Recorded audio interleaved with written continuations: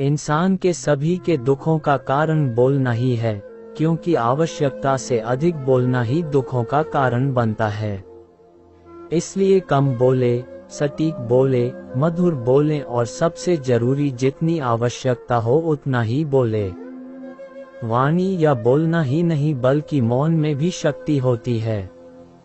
यही कारण है कि धर्मों में मौन को बहुत महत्व दिया गया है। वैज्ञानिकों द्वारा भी इस बात को माना गया है कि सेहत से मौन का गहरा संबंध है और इससे मानसिक शांति मिलती है।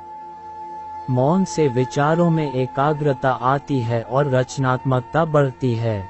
इसलिए जितने भी साधु संत या तपस्वी हुए सब ने मौन रहकर और ध्यान लगाकर ही संसार के गूढ़ ज्ञानों को प्राप्त किया।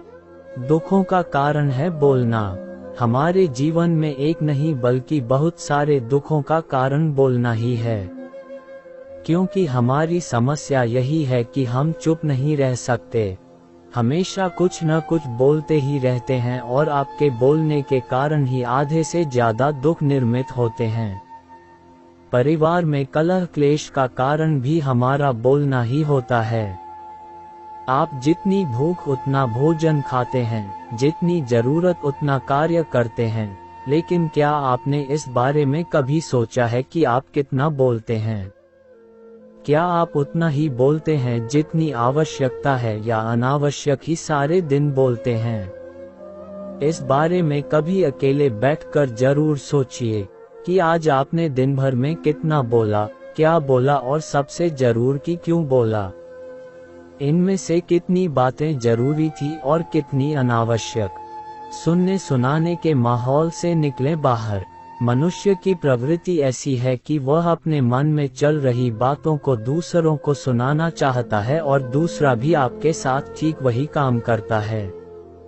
ये बातें किसी अन्य या तीसरे व्यक्ति से संबंधित हो तो सुनने सुनाने का काम और भी दिलचस्पी से होता है।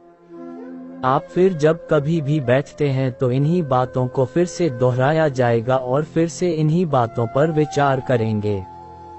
ये सुनने सुनाने का माहौल जीवन भर चलता रहता है और इस तरह से आप खो देते हैं अपना समय, अपना जीवन, अपनी सोच समझ और वो कीमती पल जिसमें जिया जा सकता है और जिसमें आनंद प्राप्त किया जा सकता है।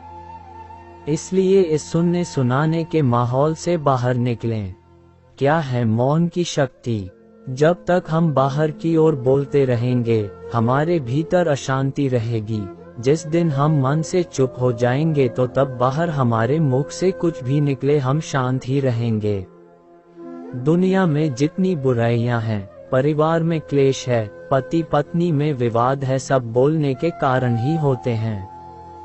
हम चुप रहना नहीं चाहते हैं, हमेशा सुना देना चाहते हैं। लेकिन व्यर्थ का बोलना ऊर्जा का नष्ट होना है। इसलिए जितने भी बुद्धत्व साधु और संत हुए वे एकांत की ओर गए, क्योंकि उन्हें अधिक बोलना न पड़े और अधिक सुनना न पड़े। महावीर ने 12 वर्ष और महात्मा बुद्ध ने 10 वर्ष मौन रहने के बाद ज्ञान प्राप्त किया। महर्षि रमन और चाणक्य भी मौन के उपासक थे। लेकिन आप इस संसार में रहकर भी एकांत रह सकते हैं।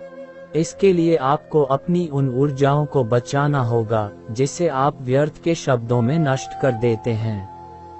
इसलिए उतना ही बोले